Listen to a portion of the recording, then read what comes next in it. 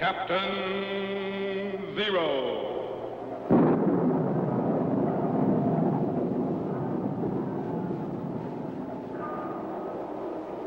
Captain Zero. Research explorer in time and space.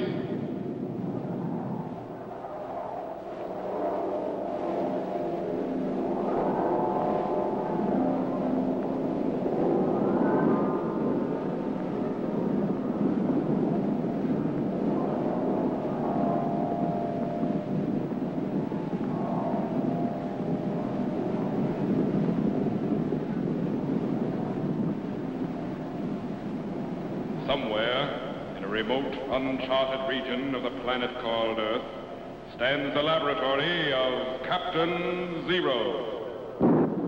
In this secret location, known only to a few in the outside world, Captain Zero and his associates experiment in time and space to learn from the past, to plan for the future.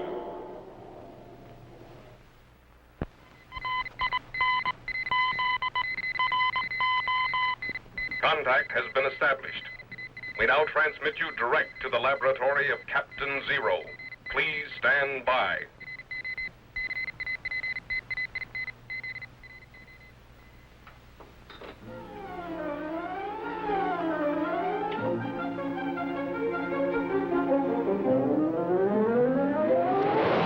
What's wrong, Captain? I don't know. We'll just have to check.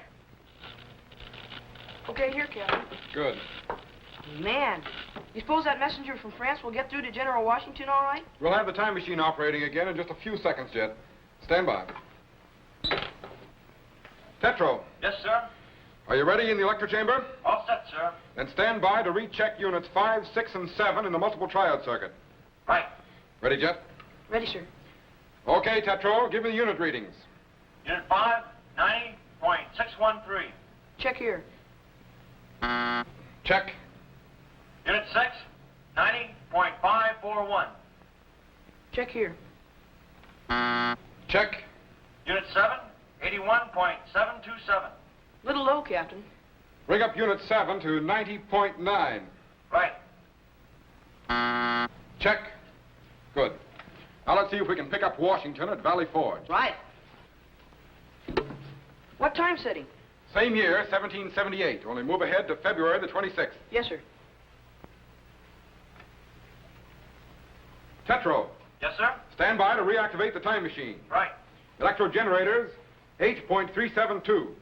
Klystron output, 4.931. Set the Trilotron at 20.675. Yes, sir. Ready, Jet? Ready, sir. Ready in the electro chamber? All set, Captain. Stand by for signal.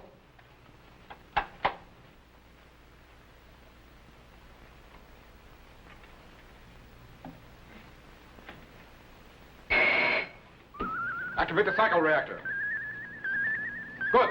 We're cracking the fourth dimension again and projecting back into time. 1950, 1900, 1850, steady. We're going back. 1790, 80. Bring up field resistance and stand by. 1778. Put the cycle reactor and lock it. Level of power, Tetro. Man, if that messenger from France is going to arrive, he ought to be there by now. Switch on the sound wave segregator again and patch it into the time machine audio. Then stand by to activate the view screen. Yes, sir.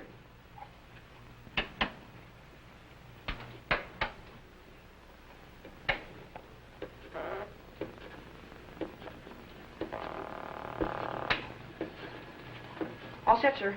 Good. Switch on the view screen. Bring up target voltage. Increase image acceleration. There it is, Jet.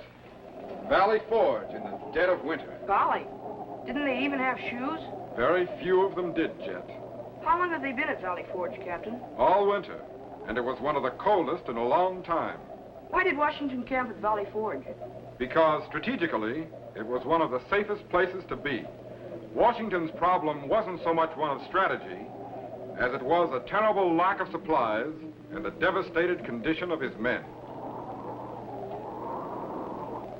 Refocus inside Washington's headquarters.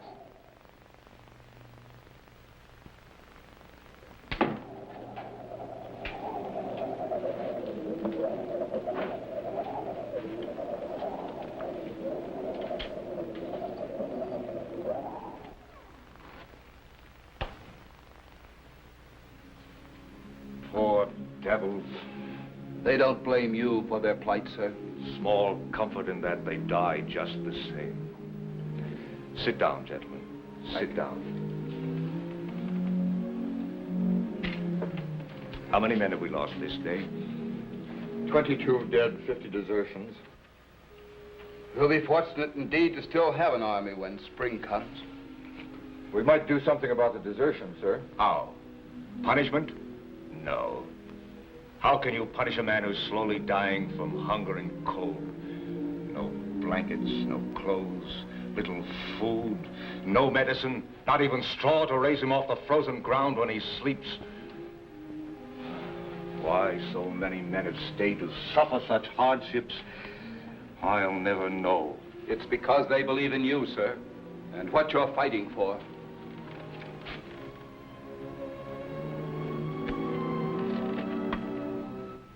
The right of free men to govern themselves. Sometimes I wonder if it's worth it. Letters I've written to Congress begging for supplies. What do we get? Nothing but excuses and arguments. While all around me, the tents of the living are being crowded out by the graves of the dead. They're dissatisfied, they say, with my management. They want to know why I don't win battles.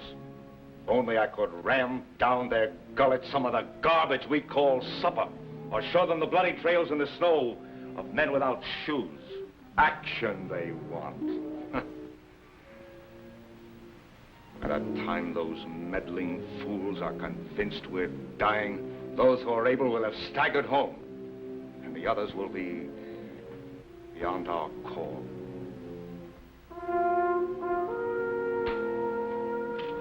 I'd best make the rounds again, sir. Good. I'll be along in a moment.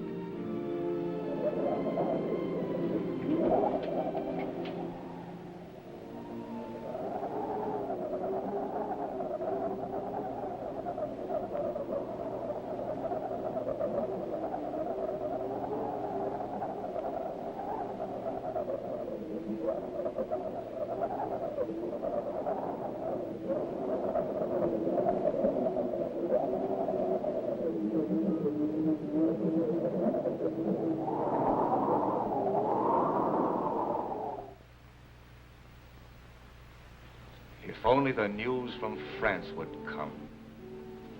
Give us hope. It will come, sir. The messenger may arrive in a matter of hours or even minutes.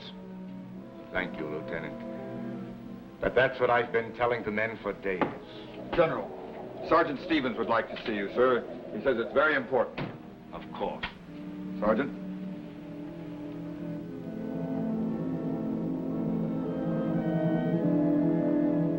Sit down, John. Thank you, sir.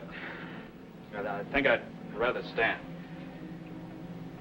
I'm sorry to disturb you, General, but... Well said. Go on, John. General, the men can't take it any longer. It ain't that they want to desert, but they just can't help themselves. General, nobody minds dying in battle, sir, but dying like this just seems kind of useless. And it ain't just themselves they're thinking of. Most of them's got families, sir, that's starving too, and kids. I'm sorry, General, but I guess ain't many of us built of the same stuff that you are, sir.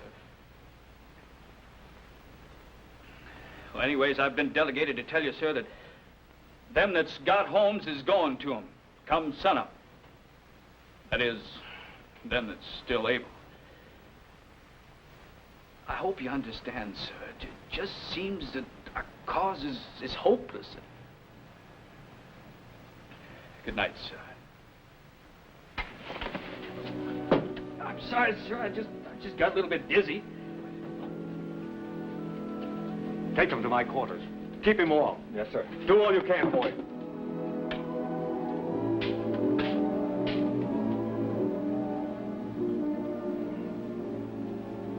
It looks bad, sir.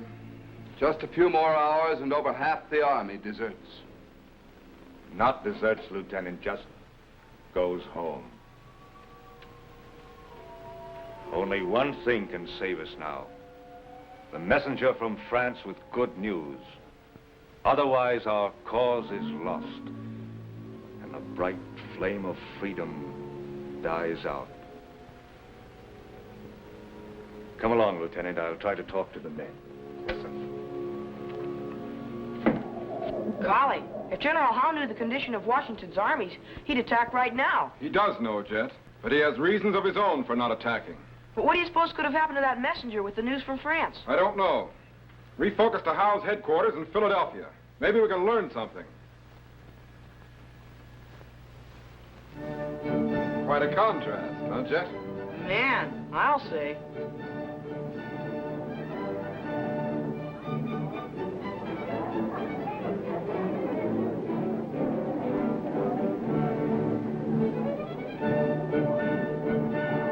Good evening, sir.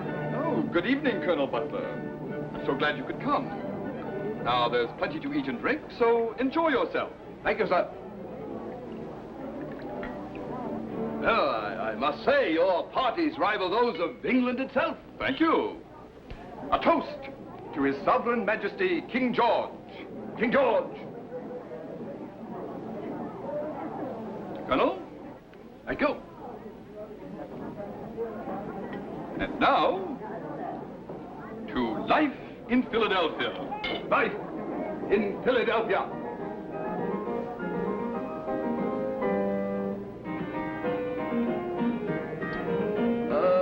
Forgive me, General Howe, but is it wise to be partying every night with Washington so close by? Would you rather go out in this beastly weather and attack him? Oh, frankly, no, sir. Washington can do nothing.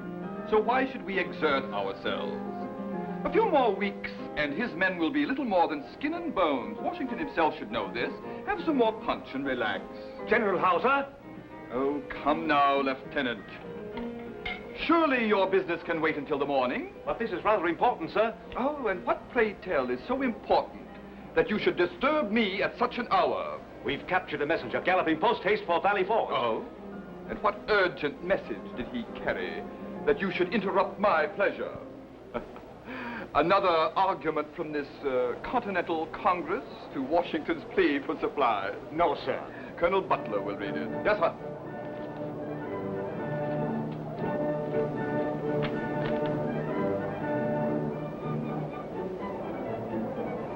I say, sir, this is important. Oh? Sir. France has decided to give aid to the Continentals. Not much good it will do them. The French ships could not possibly be outfitted to reach these shores before spring. And the ragged rebels at Valley Forge will never last through the winter. Besides, the British Navy will make kindling wood of the foreign vessels if they dare enter into this affair. No, I don't know, sir. I think we should attack Washington now when Colonel Butler! Yes, sir. You are not paid to think, but to follow orders. Yes, sir.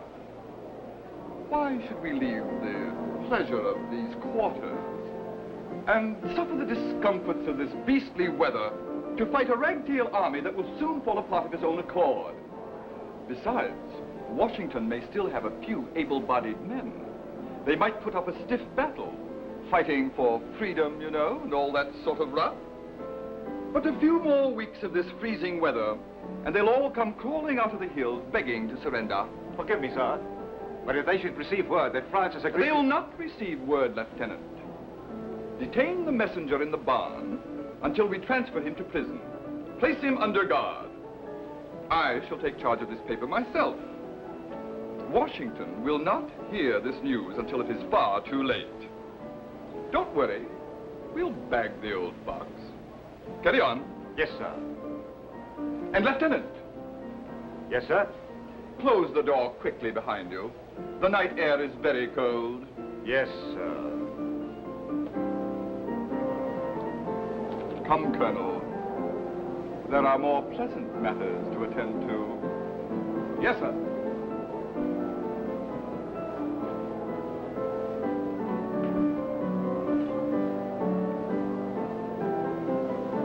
Thank you, sir.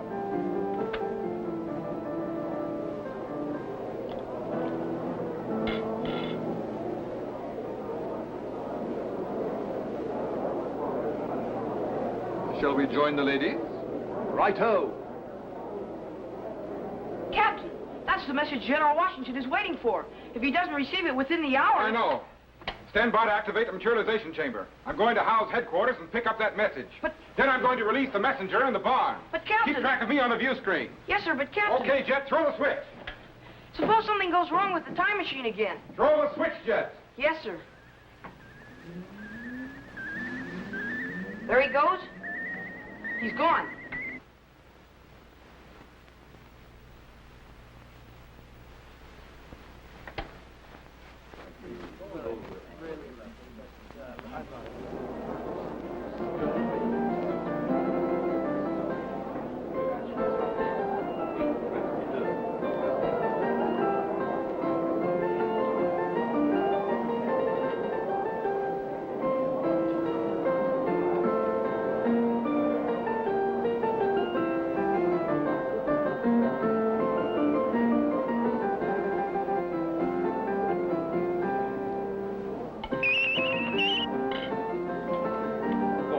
Beg your...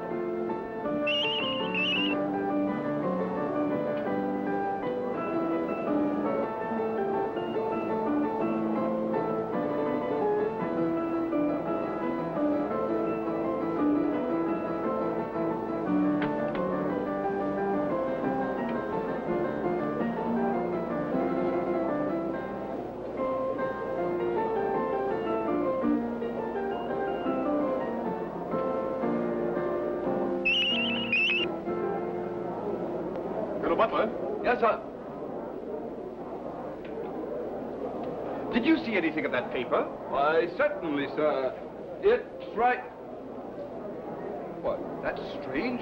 I saw you put it on this table. It was right here. Yes, but it's not here now. But who could have taken it? I don't know. Unless there's a spy here somewhere. Is there anyone you suspect, sir? No, not yet.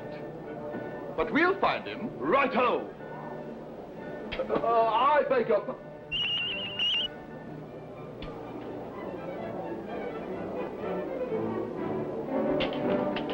Really, Colonel Butler, the message was not that important.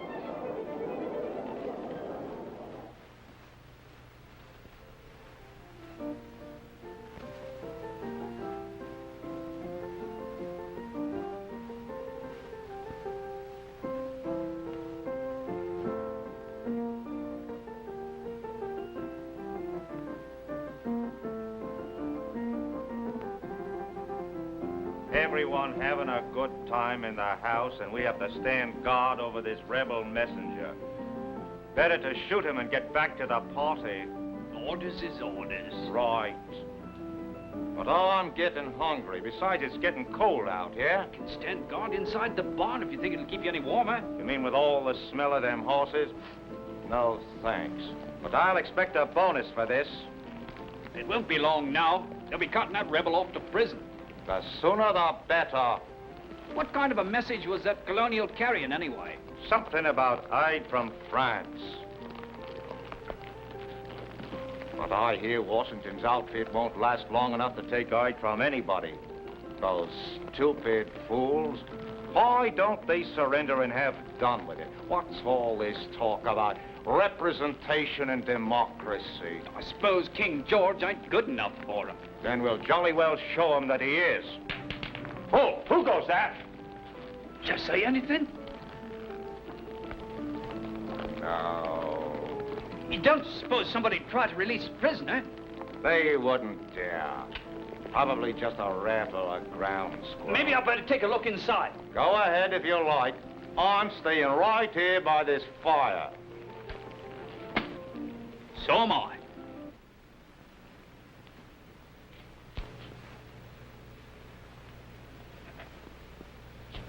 Jet. Flashlight. Thanks.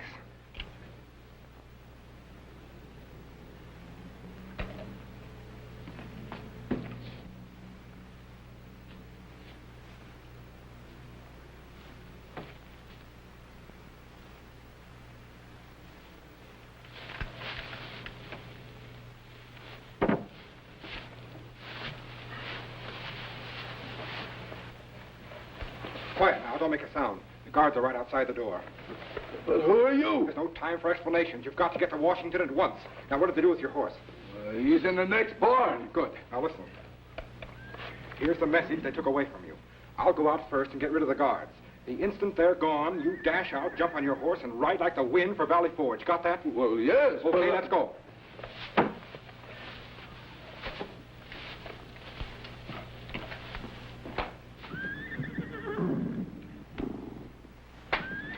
Don't be so nervous. What do you suppose is bothering them horses? Who knows? They probably want their supper just as I do. The prisoner! Oh, stop or I fire! Blimey! They just disappeared! Come on!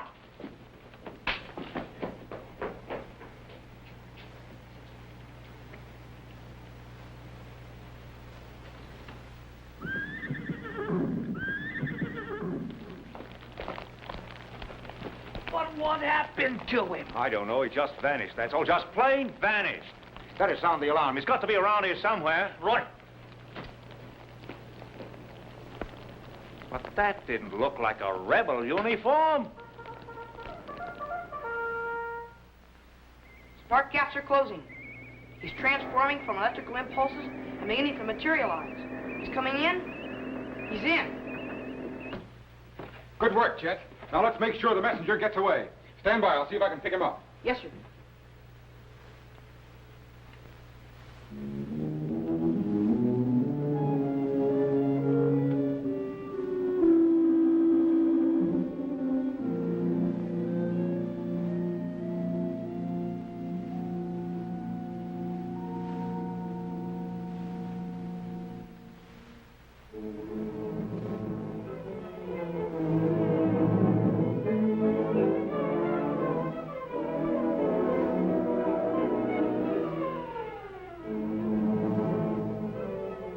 Well, he got away, all right.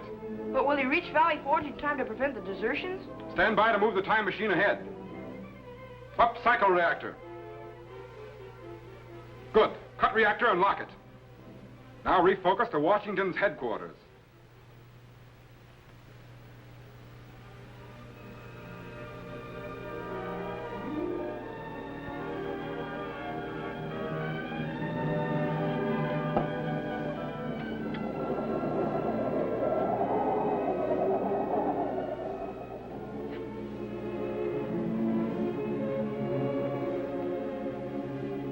Dawn is breaking, General. The men will be leaving. By regiments. Yes, I know.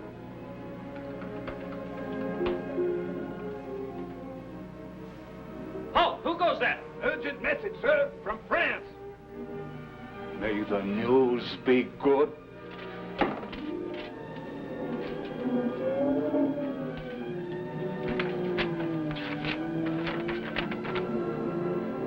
Sound the assembly. Hurry! At last, France is coming to aid our cause. At last, we have hope to see us through. Golly, Washington sure went through a lot for his country, didn't he? He devoted all he had to the cause of freedom, Jet. His wealth, his energies, his mind, and his heart.